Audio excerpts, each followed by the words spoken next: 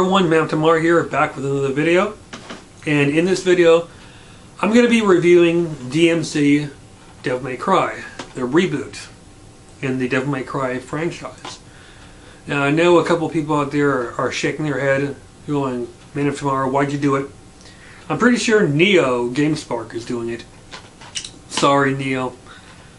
I know I said I wasn't going to get the game, but since then I did some thinking, and I thought to myself, well, you know, it's a damned if you do, damned if you don't, because, you know, there's, some fans are going to be saying, oh, the look is terrible, not my Dante. Or if they went with the exact design of Dante from the original franchise, then people will be saying, well, why do it like that? And why not just make a Devil May Cry 5? So basically, it's going to be hated regardless. I mean, that's how I viewed it, and I thought further from that, going, well, it's the inner fan in me of Dante, because I'm a big fan. I've got the anime here. I've even got the HD collection. Haven't got Devil May Cry 4, but I have played it and beaten it. And, like I said, I thought to myself, I'm prejudging it. I'm not, looking into it before making up my mind. I'm just saying, it sucks because, they're redoing it. So I decided, I'm going to look more into it. And I saw reviews for it, what the gameplay is like, some cutscenes, and I thought, you know what, I'm going to get this game and give it a chance. And, so basically, here's my review. Alright. Story-wise, it's pretty interesting in my opinion. I mean, it does something that the prior games have not done, and that is, it delved into Dante's past. I mean, for anyone who is a fan of the original franchise, knows that the games, or at least one game, the original, gave a brief mention of Dante's past. That was basically that his mother was a human, his father, Sparta, it was a demon. The two fell in love, and Dante was born. But I don't know if it was brought up in the original that he had a brother named Virgil, but that was brought up in the third game as a prequel, which is my personal favorite game in the original franchise. And it never really went into deeper explanation. It just basically, these two characters got together, fell in love, had a kid or two, had two children, and Sparta ended up being trapped in hell, fighting off other demons to keep humanity safe.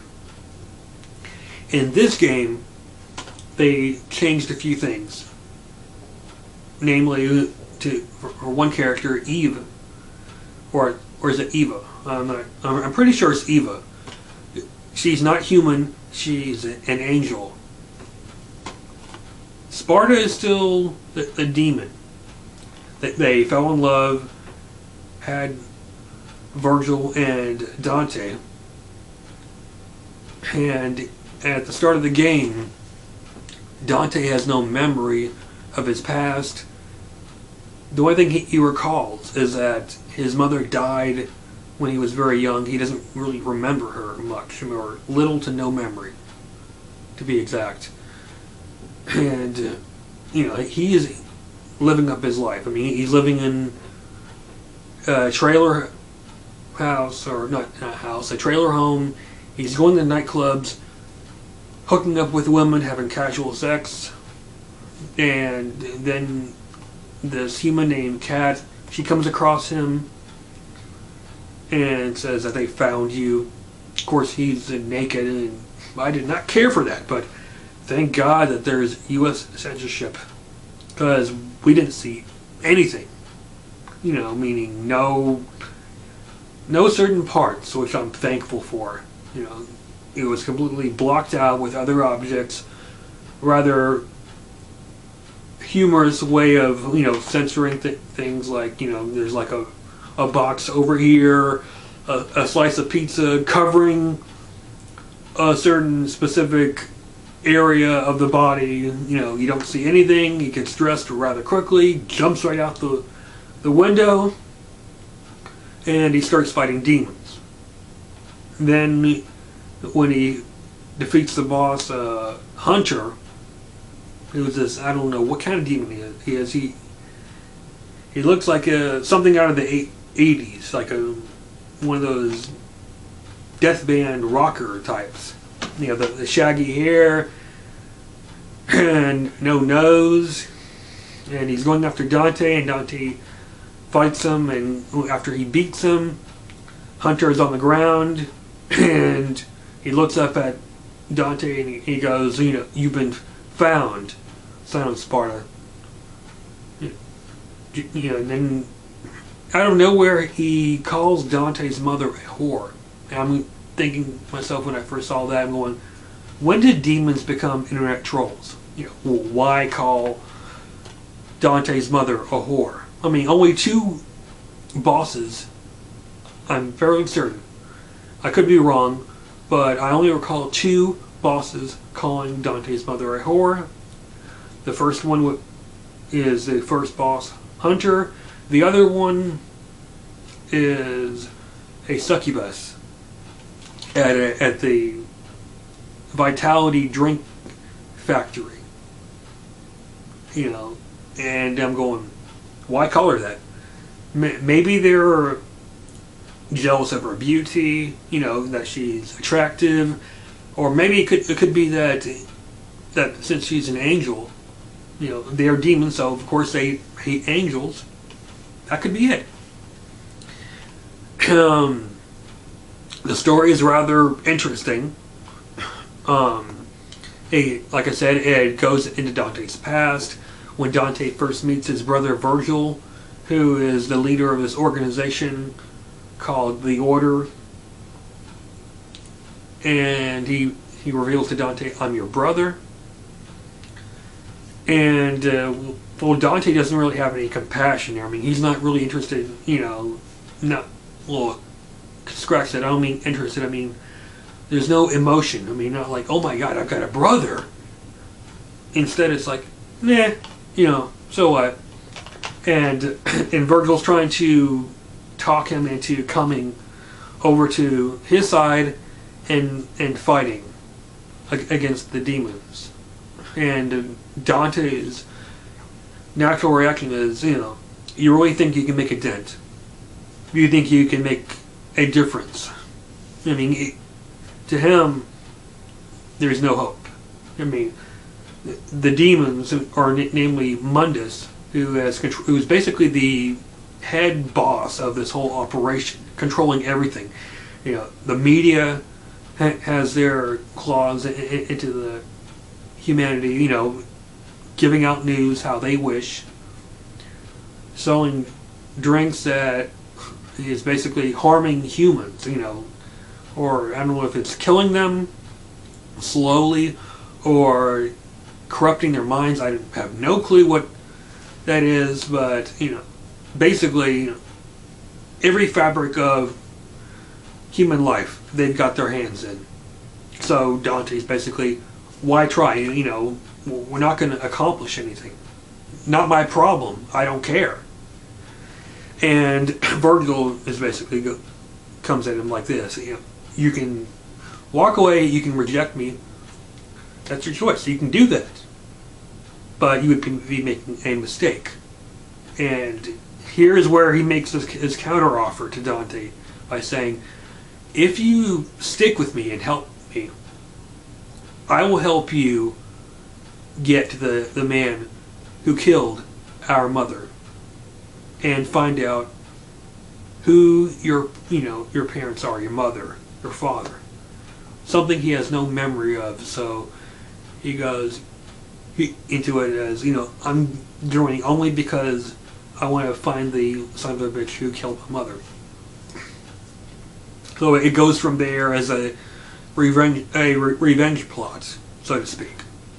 Rather interesting to go off of, and then over time, Dante's outlook on the situation changes. He goes from not simply caring about what's going on in the world of humanity to stepping up and saying, you know what, I'm their protector now. They're under my watch. I'm not going to let anything happen to them. By the end of the game, he's like that. Now to Dante's personality and look. I'm not crazy about his hairstyle. I'll be one to admit that. Not like the hair, especially the somewhat mohawk look in the back, where on the sides of his head, they're shaved and it goes into this. I guess you could say triangle shape down. I mean, not triangle, but you know what I'm talking about if you've seen the cutscenes or played the game or seen the art. You know what I'm talking about. Do not like the hair, but for the people out there who are going, you know what, I don't want to get this game simply because of Dante's look. There's a solution to that, and that is there is a DLC pack, a costume pack, where one of them is the classic Dante look from Devil May Cry 3. In my personal opinion here, I would have preferred that they had them as, individual costumes. The pack is around $4 on PSN. But me, I would have just been happy with one costume pack, because that's the only costume I've been playing as. I mean, I haven't touched the other three. The other three looks, or it could be other two looks, I'm not 100% certain. Because once you beat the game, you can play as Dante with white hair. But it's not the hairstyle from the classic game hairstyle. It's his dark hair, only white. And, like I said, if you want to skip the game just because of his hair, his look, my advice, if you don't want to buy the game right off the bat for $60, wait till it comes out. Scratch that. Not when it comes out. When the price goes down, then when you get the game, get the DLC pack, and right from there you can start the game off with the classic Dante look. It's just as fun, in my opinion. That's the one skin I've been using whenever I replay the game.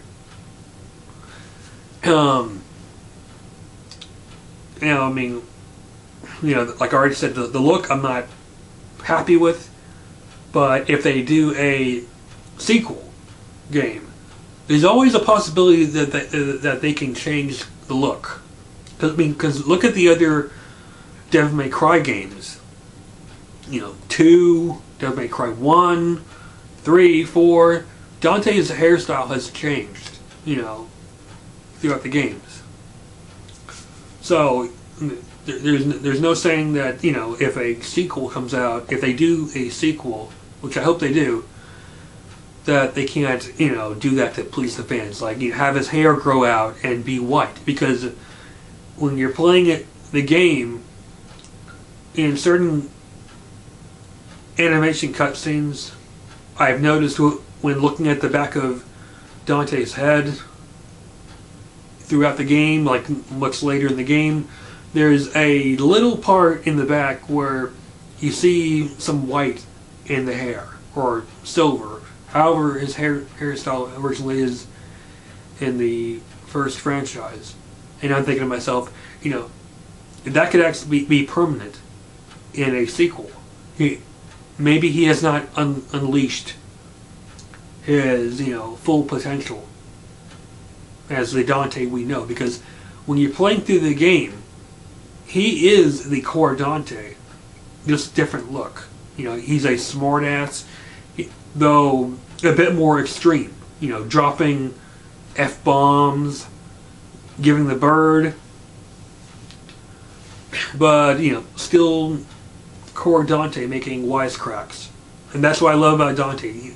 Even when it's not a cinematic cutscene, he's mouthing off. Like, my personal favorite put down in the game is, I believe it's when you're in the church and this humongous demons, fat demon, comes out of the ground, and when Dante sees him, he goes, "Who invited you, fat ass?" So whenever I see that, I laugh my ass off every time. I get a kick out of that. Another is near the end of level 1, when you're trying to reach the end to face the hunter. I believe it's a funhouse, and this mannequin sticks its body out of nowhere, like out of a door from the side. Dante turns his head, looks at the dummy, and goes, "Yeah, whatever."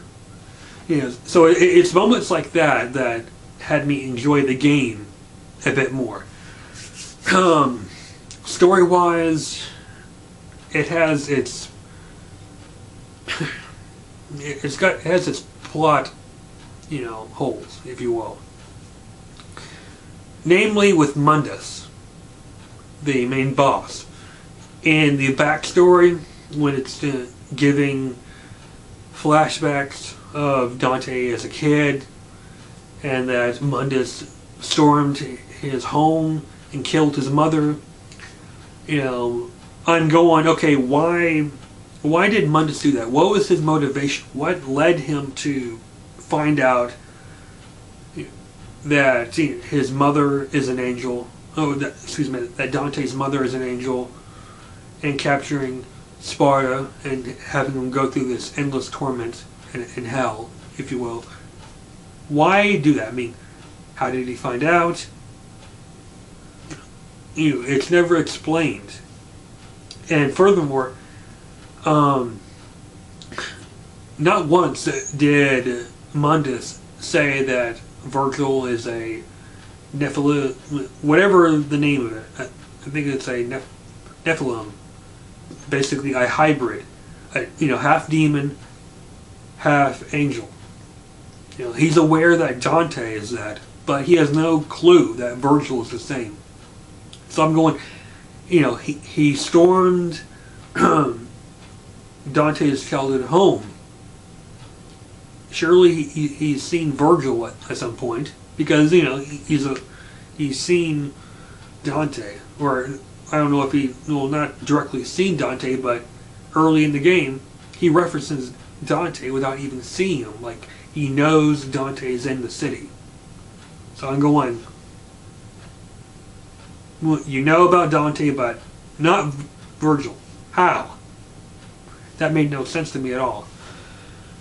The gameplay, fairly average. There's no glitches. My only complaint is when you've collected, not collected, you gathered up more upgrades to help yourself along in the game. Some weapons that you've got are, I don't know if they're hooks or whatever the heck they are, if they're reachers, but you've got one that's a demon version, and the other that's more angelic, blue. And the demon one is of course red. The demon one, it pulls enemies toward you.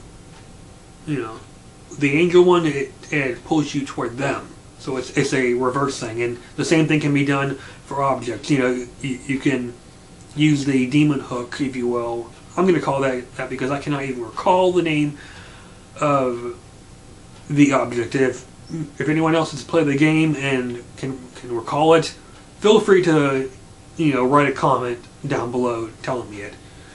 But you can use the demon hook to pull objects out, so that you can jump onto them to get to other areas in the levels, or to reach yourself over to them.